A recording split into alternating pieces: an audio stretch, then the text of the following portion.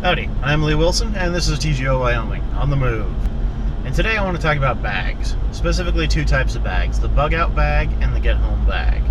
And there are different philosophies for each, right? So I carry my get home bag with me everywhere in my vehicle. It's pretty self-explanatory. It's a get home bag, and generally, your vehicle's a good place to have it because that's where you're going to be when you need to get home. Now, it's also more of a general preparedness bag, but it's easier just to call it a get-home bag or a GHB instead of a general preparedness bag. I guess you could call it a GPB, but yeah. So, my get-home bag consists of enough equipment, supplies, and necessities to get me home from like a 2 to 3 day travel, if absolute max, if necessary. This will not be comfortable moving, but it's emergency supplies. I've got my med kit in there. I'll do a full video review on it. But the get home bag is not a bug out bag.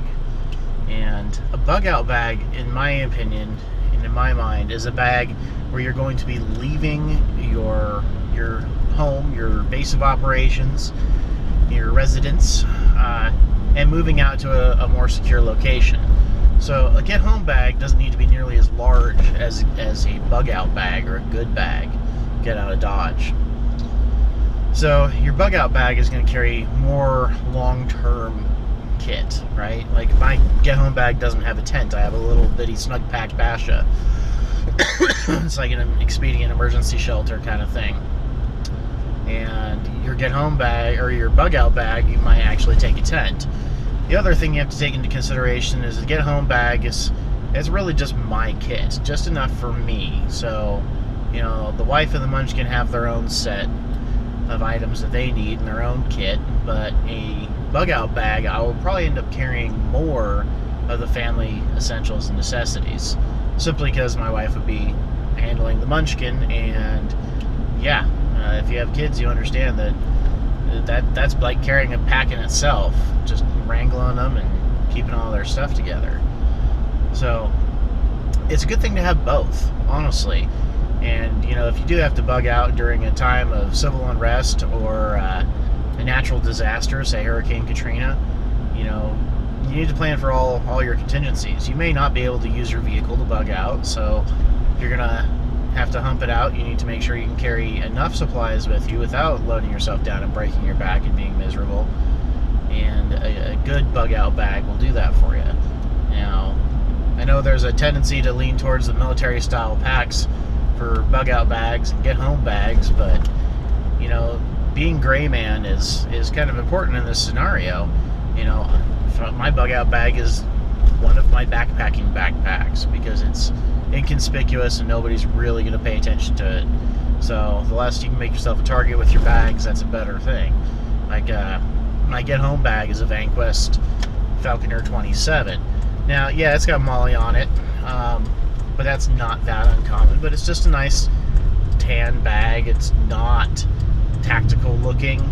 I do have a bottle carrier on the side of it, but that's also become more common. And you also got to consider that, regionally, what do people carry? Out here in Wyoming, I could probably go with like an Everly stock G4 operator and nobody would bat an eye. They're just like, oh, he's got his hunting pack on. But, if you live in a more urban environment, you need to make sure that your get home bag and your bug out bag match the environment that you're going to be moving in and moving through. So that way you don't stand out and look like a target. So, I guess on the final note, I should always say that take your get home bag with you everywhere.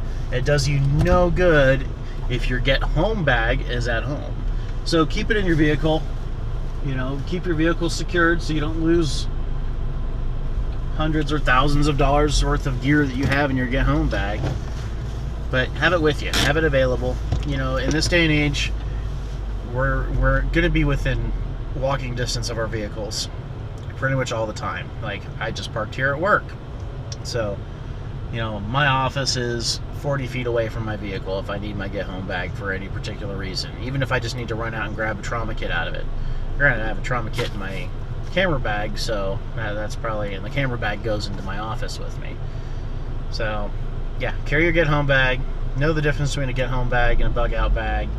if you're going to go on a longer term or a long distance trip, resort your kit accordingly.